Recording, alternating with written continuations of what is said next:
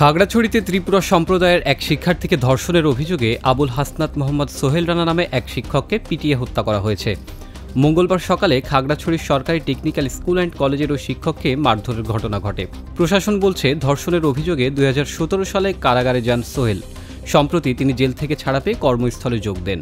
মঙ্গলবার সকালে ফেসবুক পোস্টে ছড়ানো হয় যে তিনি এক শিক্ষার্থীকে তুলে নিয়ে গেছেন। এই খবরে স্কুলের শিক্ষার্থী এবং আরও কিছু লোক তার উপর হামলা করে। এই ঘটনার জেরে খাগড়াছড়ি শহরে পাহাড়ি ও বাঙালিদের মধ্যে সংঘর্ষ হয়। পরিস্থিতি নিয়ন্ত্রণে রাখতে খাগড়াছড়ি পৌরসভা ও সদর উপজেলায় 144 ধারা জারি করা হয়েছে। সুনামগঞ্জের ধর্মপাশা উপজেলার একটি আশ্রয়ণ প্রকল্পে আগুনে পুড়ে একই পরিবারের 6 জনের মৃত্যু হয়েছে। মঙ্গলবার ভোররাতে এই ঘটনা ঘটে। পুলিশ বলছে, উপজেলার জয়শ্রী ইউনিয়নের একটি আশ্রয়ণ প্রকল্পে এমারুল মিয়া নামে একজনের ঘরে আগুন দেখতে পেয়ে আশেপাশের লোকজন ছুটে আসেন।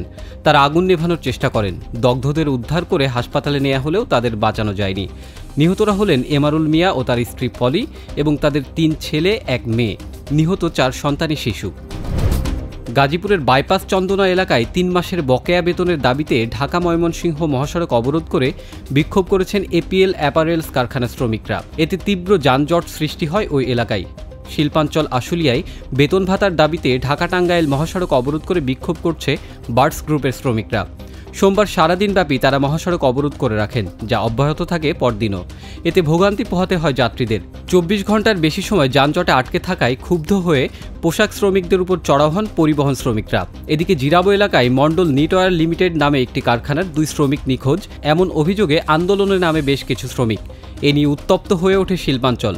সোমবার যৌথ বাহিনীর সঙ্গে সংঘর্ষে 1 শ্রমিক নিহত এবং কমপক্ষে 30 জন আহত হন। তবে নেক্সাস টেলিভিশনের অনুসন্ধান বলছে, আশা নামে যে শ্রমিক নিখোঁজ দাবি করা হচ্ছে তিনি নিখোঁজ নন। পুলিশ বলছে, একটি গোষ্ঠী পরিকল্পিতভাবে গুজব রটিয়ে শ্রমিকদের রাস্তায় নামিয়ে বিশৃঙ্খলা সৃষ্টির চেষ্টা করছে।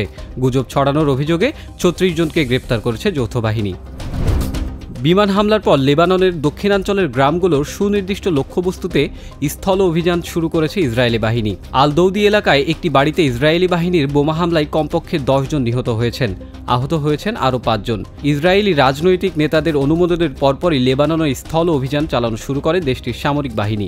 লেবাননের পাশাপাশি সিরিয়ার রাজধানীর দামেস্কেও বিমান হামলা চালিয়েছে তারা। এতেও বেশ কয়েকজন নিহত ও আহত হয়েছেন। মাত্র 146 রান তুলে শেষ হয়েছে বাংলাদেশের দ্বিতীয় ইনিংস।